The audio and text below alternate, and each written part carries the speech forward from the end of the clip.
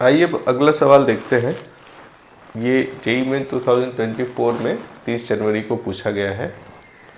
कह रहा 3 moles of mono atomic gas. 3 मोल किसका लेना है? मोनो एटॉमिक गैस है, इसका 3 मोल्स। मोनो एटॉमिक गैस का मतलब डिग्री ऑफ फ्रीडम जो है वो 3। और क्या है? Is mixed with 2 moles of a diatomic gas. कितना? 2 मोल डायटोमिक गैस। डायटोमिक गैस का मतलब डिग्री ऑफ फ्रीडम 5। और गामा वैल्यू दिया हुआ है दोनों का। गामा इज इक्वल टू 5/3 होता है मोनोएटॉमिक गैस का, और गामा होता है डायटोमिक गैस के लिए 7/5, वो गिवन है। The value of adiabatic exponent gamma for the mixture is. Mixture के लिए गामा की वैल्यू क्या होगा?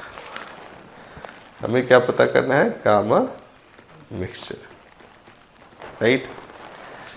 तो आप कोई भी किसी भी गैस का गामा वैल्यू पता कर रहे हैं, या तो वो मिक्सचर हो या फिर इंडिविजुअल गैस हो। जो कॉमन फार्मूला यूज करते हैं, इसको सॉल्व करने का तरीका है। एक तरीका है डिग्री ऑफ फ्रीडम से। तो गामा इज इक्वल टू हम लिखते हैं 1+2 divided by degree of freedom. ये फार्मूला सब जगह चलता है। आप यहाँ देख लीजिए 1+1/3 कितना हो जाएगा? 1+2/3, ये 5/3 हुआ। ये 1+2/5 करेंगे तो ये 7/5 आ जाएगा। तो अब सवाल है कि ये तो मिक्सचर है सर, गामा मिक्सचर पता करना है, तो डिग्री ऑफ फ्रीडम भी मिक्सचर का ही पता करना पड़ेगा, है ना। डिग्री ऑफ फ्रीडम मिक्सचर का कैसे मिलता है? तो उसका एक साधारण सा फॉर्मूला है। If mixture is equals to N1 F1 plus N2 F2 divided by N1 plus N2। इसको हम लोग कहते हैं वेटेड एवरेज लेना। जिसकी संख्या ज़्यादा, एवरेज उसकी तरफ ज़्यादा शिफ्टेड होगा, राइट। सारा डेटा हमारे पास है। ये गामा मिक्सचर अगर आपको चाहिए तो इफ मिक्सचर यहाँ पे वैल्यू पुट करना है। सारा वैल्यूज है, होना चाहिए। N1 is 3, F1 is 3, plus N2 is 2, F1 is 5, और 2 + 3 5, राइट ना। तो कितना आया ये? 9 और 10 कितना? 19/5। अब ये वैल्यू पुट कर दें। बिल्कुल कर दीजिए सर।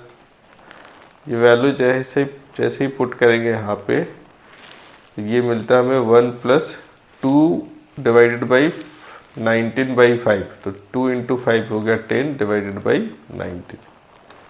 19 + 10 कितना हो जाएगा? 29/19। अब ये 29/19 जो है वो किसके आसपास है? तो अप्रॉक्सीमेट वैल्यू अगर पता करना है तो आप ऐसे बोलिए कि 19 जो है वो लगभग 20 के आसपास है, और 29/19 जो है, अब 29 को अप्रॉक्सीमेटली 30 मान लीजिए, और 19 को मान लीजिए 20।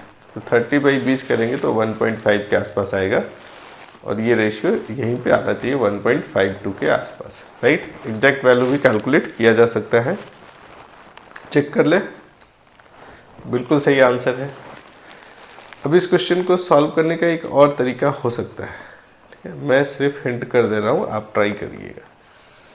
एक और तरीका क्या हो सकता है? गामा मिक्सचर जो है वो N1, ये होता कैसा है? Cp mixture by Cv mixture, correct. और Cp Cv value monoatomic gas और डायटोमिक गैस के लिए हम लोग को मालूम है। या फिर इसको ऐसे लिख सकते हैं, Cp मिक्सचर होता है N1 Cp1 plus N2 Cp2, जैसे हम लोग डिग्री ऑफ फ्रीडम पे फॉर्मूला लगाएं, divided by N1 plus N2। तो N1 प्लस N2 न्यूमरेटर में भी आएगा, और डिनोमिनेटर पे भी मिक्सचर का जब Cv निकालेंगे N1 Cv1 plus N2 Cv2 divided by N1 plus N2, तो N1 प्लस N2 ऊपर नीचे से कट जाएगा, और यहाँ बचेगा N1 Cp1 plus N2 Cp2 divided by N1 Cp या Cv, sir Cv, Cv1 plus into CV2 और इसको सॉल्व करके आप गामा मिक्सचर पता कर सकते हैं। CP1 क्या होता है, CV जो होता है वो सीधे degree of freedom by 2 into R होता है, राइट। आर ऊपर नीचे से कैंसिल हो जाएगा तो उसकी चिंता करनी नहीं है। और CP होता है +1, CV +1, यानी कि degree of freedom, right, +2 divided by 2, right. तो उससे आप CP और CV की वैल्यू पुट करिए यहाँ पे और फाइनल आंसर तक पहुँच जाएंगे। फाइन, ये तरीका आप यूज कर सकते हैं। दोनों में केस में हालांकि आंसर आना चाहिए सेकेंड वाला ही। आगे बढ़े।